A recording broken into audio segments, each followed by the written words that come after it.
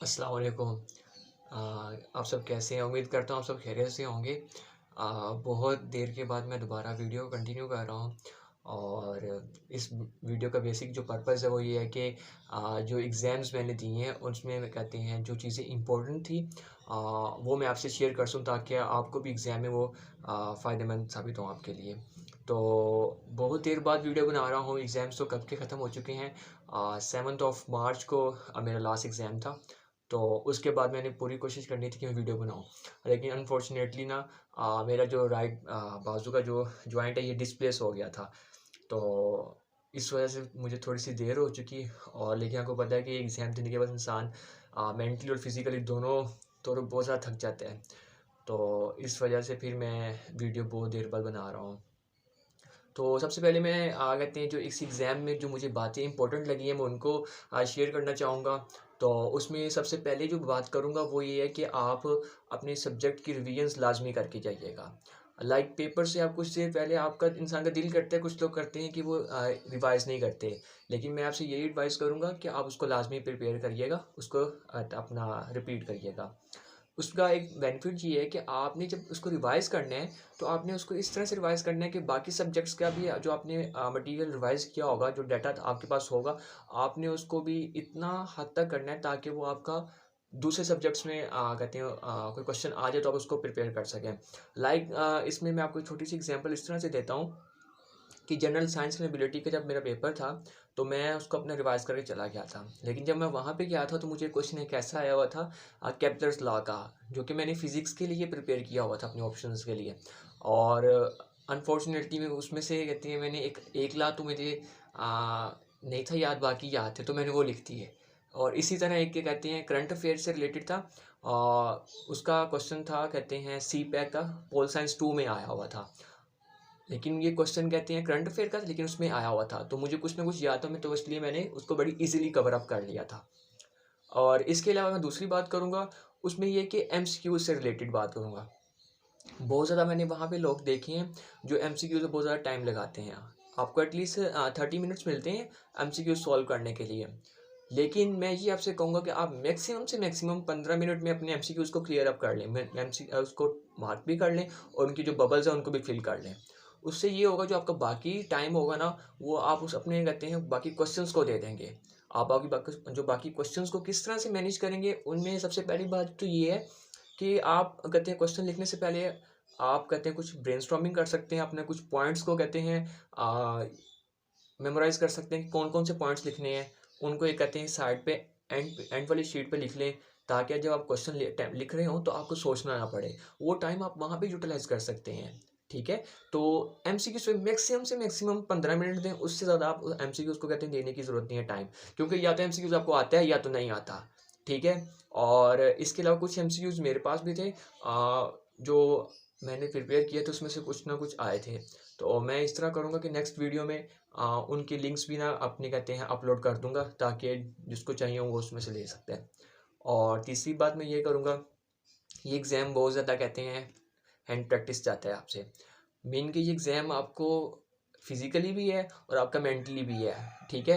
तो आपने कहते हैं एग्ज़ाम में जाके तो बहुत ज़्यादा लिखना होता है, पहली बात तो ये है। आपने 3 घंटे वहाँ बैठना है, तो 3 घंटे आपने सिर्फ़ लिखना है। सिर्फ़ 2 से 3 मिनट या 5 मिनट तक आपने मेमोराइज़ करना है कि आपने क्या पॉइंट्स लिखने हैं, उसके बाद आपने लिखते रहना है। अगर कोई ये कहता है कि मैं एग्ज़ाम से 1 माह पहले तैयारी शुरू करूँगा, तो अपनी स्पीड को कवर अप कर लूँगा या मैनेज कर सकता हूँ, तो ये मेरा नहीं ख़्याल पॉसिबल ऐसे। आप जो भी क्वेश्चन याद करते हैं, सबसे बेहतरीन हल है कि आप उसको लिखें। और लिखना उस आपने इसको इस तरह से है कि आप उनको कहते हैं प्रॉपर, जिस तरह आप पेपर अटेम्प्ट करते हैं उस तरह लिखें। क्योंकि अगर आप रफ लिखेंगे ना, तो आपकी स्पीड तो तेज़ हो जाएगी, लेकिन जो आपकी कहते हैं जो एक्सप्रेशन है, जो राइटिंग एक्सप्रेशन है, वो बेहतर नहीं होगा आपका।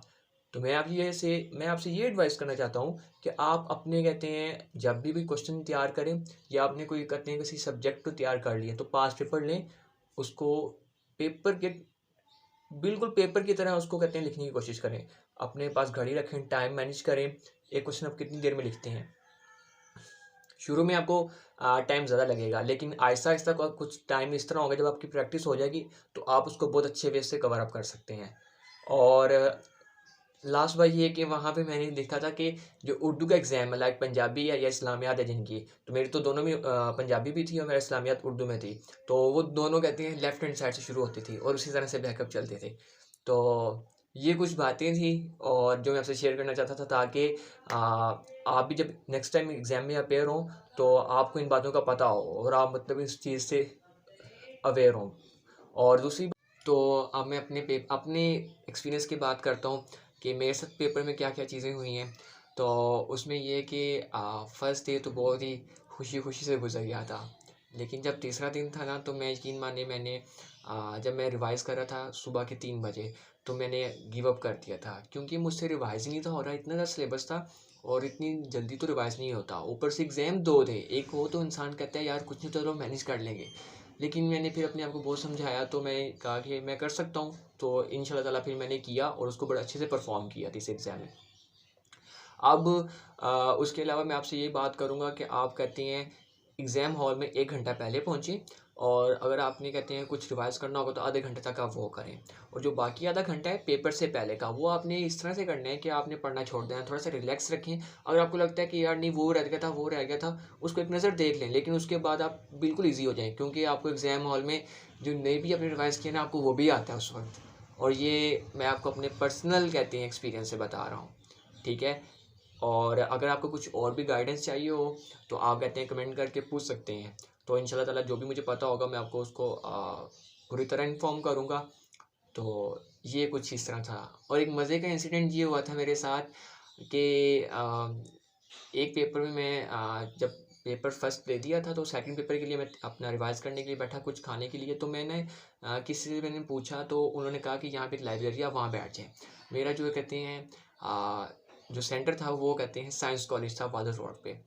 तो उन्होंने मुझे एक लाइब्रेरी बताई, मैंने उधर रख के तो मैं ना वॉशरूम चला गया। जब मैं वापस आया तो लाइब्रेरी को ताला लग चुका हुआ था।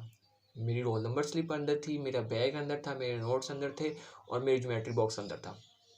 मैं बहुत परेशान था और यकीन मानिए मैंने कहा कि आज ख़त्म है, इससे आगे कुछ नहीं होता। मतलब कि मैं शायद यहाँ तक ही था मेरा सफ़र। लेकिन फिर मैंने किसी से पूछ-पूछ के तो उन लाइब्रेरियन के पास गया, तो ऊपर से उन्होंने मुझे थोड़ा डराना शुरू कर दिया, जी वो तो चले गए हैं, अब उनको इतनी दूर से बुलाया जाएगा। तो मेरे ख़्याल है आप कहते हैं आप कहीं बाहर से सामान ले लो अपना स्टेशनरी का, तो आप पेपर दे दो इसका। मैंने कहा अंकल आप कोशिश कर सकते हैं, तो उन्होंने फिर मुझे साथ किए तो मुझे बैग दिया और फिर इस तरह मैंने अपना रिवाइज़ किया। तो ये एक बड़ा मज़े का इंसिडेंट था। मैं थोड़ा-सा डर भी गया था। डर नहीं था, थोड़ा-सा मतलब कि अजीब-सा लग रहा था, क्योंकि आपने इतनी मेहनत की होती है और आपके साथ इस तरह से अचानक से हो जाए तो बहुत ही अजीब ही बात है ये। तो दुआ करिए कि मेरे लिए भी और बाकी सब लोगों के लिए भी जिन्होंने कहते हैं ये एग्ज़ाम्स दिए हैं, अल्लाह पाक सबको कामयाब करे। जिसने जितनी मेहनत की ना, अल्लाह पाक उनको उस हिसाब से कामयाब करे। और तब तक के लिए अल्लाह हाफ़िज़। इंशाल्लाह ताला मैं एक जल्दी कहते हैं लेक्चर सीरीज़ शुरू करूँगा किसी ऑप्शनल सब्जेक्ट्स की।